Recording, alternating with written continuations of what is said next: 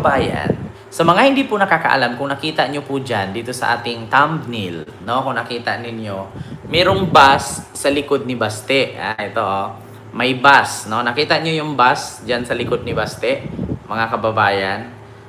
Pag hindi nyo pa alam, yung bus sa likod ni Baste, inangkin po yan ng mga DDS. Yung bus na nasa likod ni Baste, inangkin yan ng mga DDS. Nakita niyo, di ba may bus? Ayan, bagong bus, modern bus yan. So, i-search ko lang po mga kababayan para makita niyo po. Modern bus ng Davao. Ito po para malaman niyo po. Ayan, modern bus ng Davao. So, ito po ang hitsura niya, mga kababayan. Yan po ang hitsura ng modern bus sa Davao. So, ngayon mga kababayan, itong mga DDS, no? Diyan sa Davao, wait lang po ayusin natin. Actually, hindi ko pa masyadong gamay ito Ayan, kung nakita ninyo mga kababayan, yung bus sa Davao, ayan po siya. Ayan, mga modern bus sa Davao. Ayan, Ma'am Phoebe, maraming salamat po ma'am, no, sa yung palipad. Thank you so much po. Ayan po yung modern bus sa Davao. So, actually, makakakita ka po ng mga ganyang bus, mga kababayan, either Singapore and Hong Kong. No? Singapore, Hong Kong, and Europe. Ganyan po kadalasan yung mga bus na ginagamit. Diba? Kita ninyo? Yan po ang modern bus ng Davao City. May nabasa ako, sabi matagal daw yan, kay Digong daw yan, dati pa. Agoy, panay angkin. Diba? Panay angkin. Ang mga anuhak hindi kinakalabutan.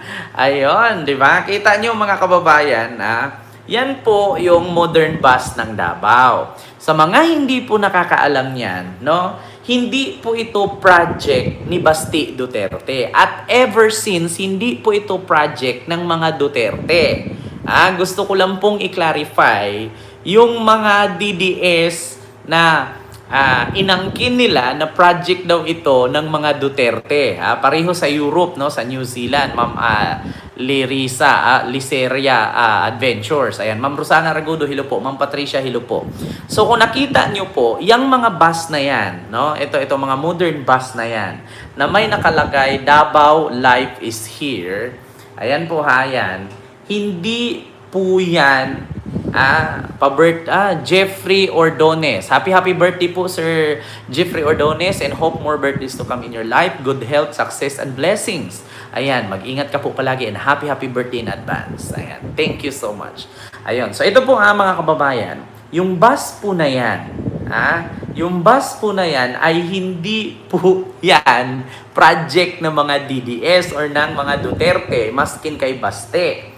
Hindi po yan project ni Baste. So ito po, ipapakita ko po sa inyo ang katotohanan dyan. Pati nga tulay, kagagawa lang sa amin sa Apari kay Digong daw.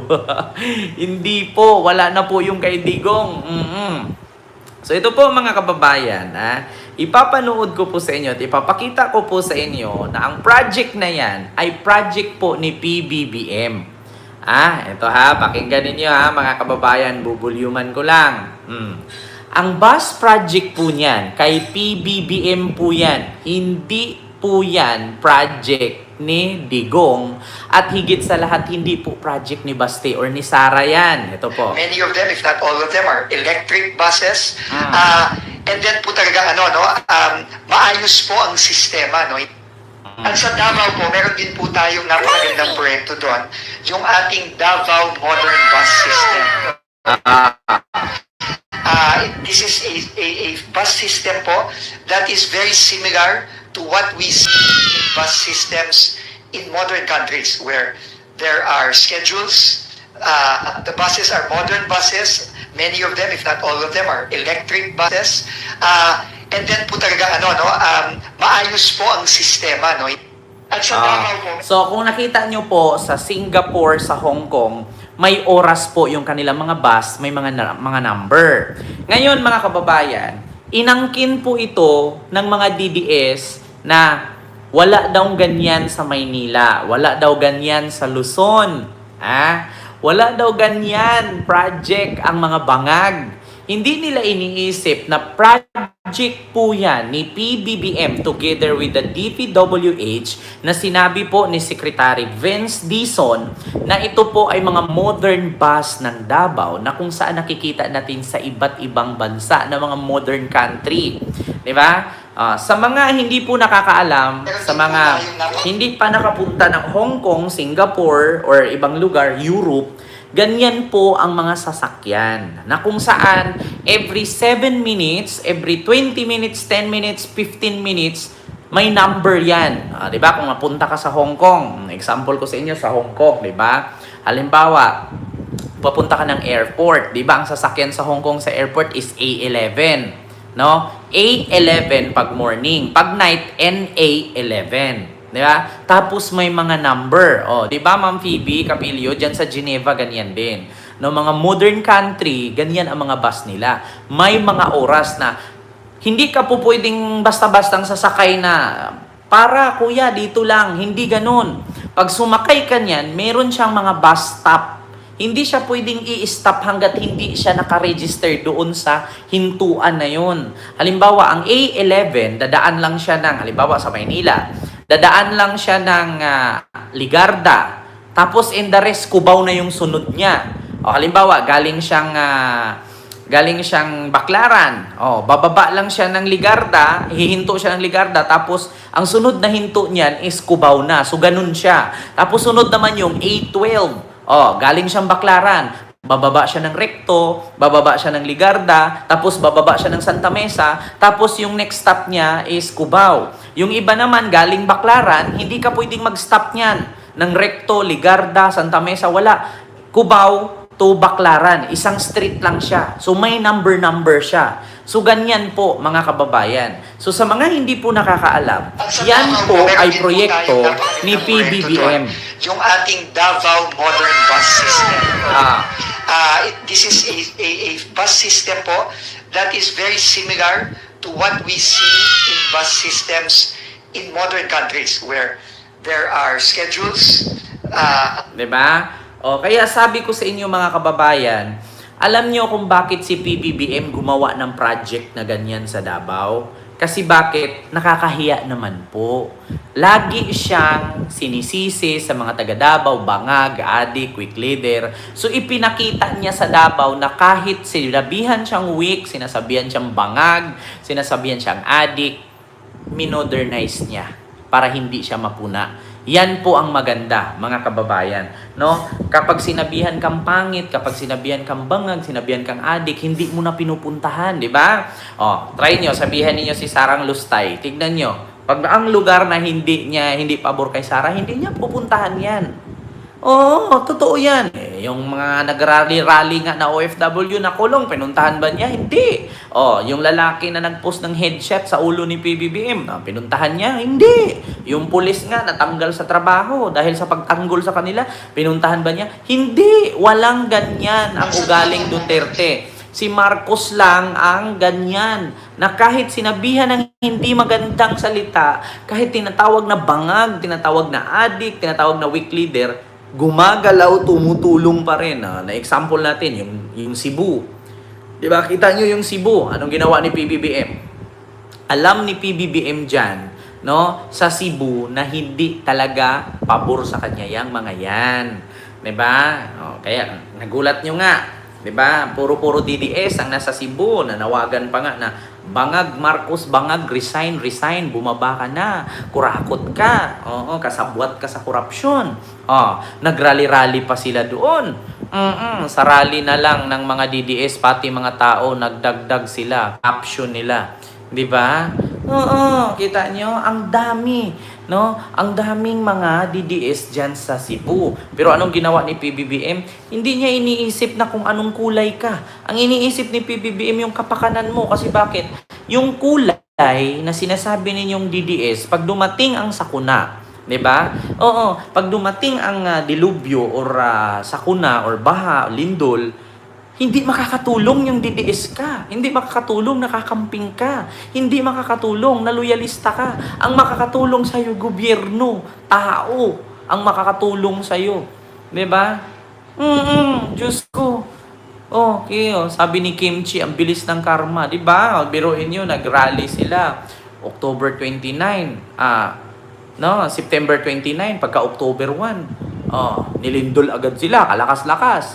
Oh, tapos ano ang laman ng rally nila? PBBM resign, bangag, adik, quick leader. Oh. Tapos sa Davao, ganun din. Nagpalitsyon sila ng 200 kabaka. 200 kabaka, nakita ko nga sa Biblia, na alam nyo ba sa Biblia na yung magkatay ka ng 200 kabaka, tapos hindi naman part sa, parang lilinisin daw ang Pilipinas, no, na hindi naman sila nag-ano sa Panginoon, iba ang kanilang sinasamba. Ayun, sinunog sila. 'Di ba? Sus ko. Ito mga kababayan, tignan ninyo. Ipakita ko sa inyo, Davao Bus. Project daw ni Duterte. Ito ha. Ito. Pakita ko ha. Davao Bus. Duterte. Project. Inangkin to ng mga DDS, mga kababayan. 'Di ba? Bus sa Davao City. Ito.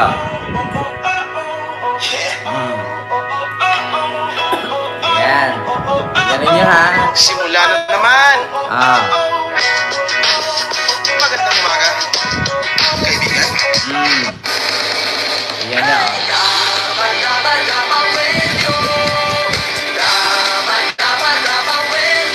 So magandang araw sa ating Davaoeños and mga boss. So ngayon ay nandito tayo sa may Ikulan Terminal Garage area na kung saan po kakarating pa lang po ng DC buses procured by the one and only Davao City Government. No? So ito mga boss ay procured or wala nang ibang nag-initiate dito kundi ang Davao City Local Government only. So grabe.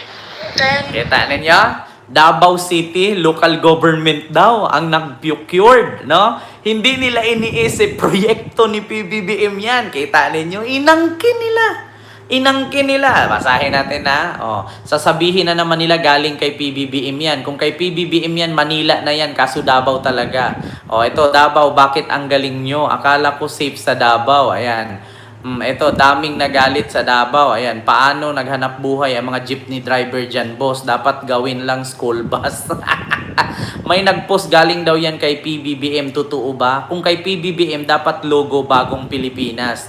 Actually, sa totoo lang mga kababayan, kay PBBM po yan. Ito po mismo, galing po yan kay Secretary Sa James Davao po, meron din Dizon. po tayong napakagandang proyekto doon. Yung ating Davao Modern Bus System. This is a bus system po that is very similar to what we see in bus systems in modern countries where there Diba? Kita ninyo? Sinabi mismo ng Secretary of DPWH dyan, si Secretary Vince Dizon. So, ibig sabihin po, galing po yan sa administrasyon ni Marcos. Hindi po yan sa administrasyon ni Duterte. Lagi nilang inano, mga kababayan, DC buses at ito mga boss ay libreng-libre. So tingnan nyo mga boss, libreng-libre, wala kayong babayaran. Kada isang bus mga boss ay merong capacity na nasa 60 person mga boss. So kasali na dyan. Kung kay PBBM daw yan, dapat sa Maynila daw yan ilagay at ang nakalagay daw na logo, Bagong Pilipinas. Diba? So, Just arrived. That's Libreng Sakay in Davao City. Ladies and gentlemen. ngayon mga kababayan, inaangkin nga nila. Diba? Taxes will spend, Davao City Bus. Sabi nila ganon. Actually mga kababayan, ulitin ko po, hindi po proyekto ng mga Duterte yan. Proyekto po ni Marcos yan. Libre pa. Diba? Actually mga kababayan ito hindi ko man naabutan noon. Sino pong nakaabot kay Apo Lakay na libre ang bus sa Maynila? Sino pong nakaabot na meron, matagal na po yan mga kababayan. Yung sinabi ninyo na libreng sakay, libre bus, nangyari na yan noon sa panahon ni Apo Lakay. Sa tatay pa lang ni PBBM. Sa tatay pa lang ni PBBM, meron ng libreng bus. Ang tawag po dun ay Love Bus noong 1970 dito sa Maynila. 1970, Love Bus or Holiday Bus ang tawag nila doon, mga kababayan. Kaya Kung tanungin nyo po, sino po ba ang may isip niyan? Sino po ba ang nakaisip niyan? Mga Duterte ba? Hindi po. Ang nakaisip po niyan ay ang mga Marcos. Bukod sa Notriban, Borgor, Lavas, mga Marcos po yan. Meron pang blessed housing. Yung mga blessed house, yung mga pabahay. Diba? Lahat yan kay Marcos, hindi po kay Duterte yan.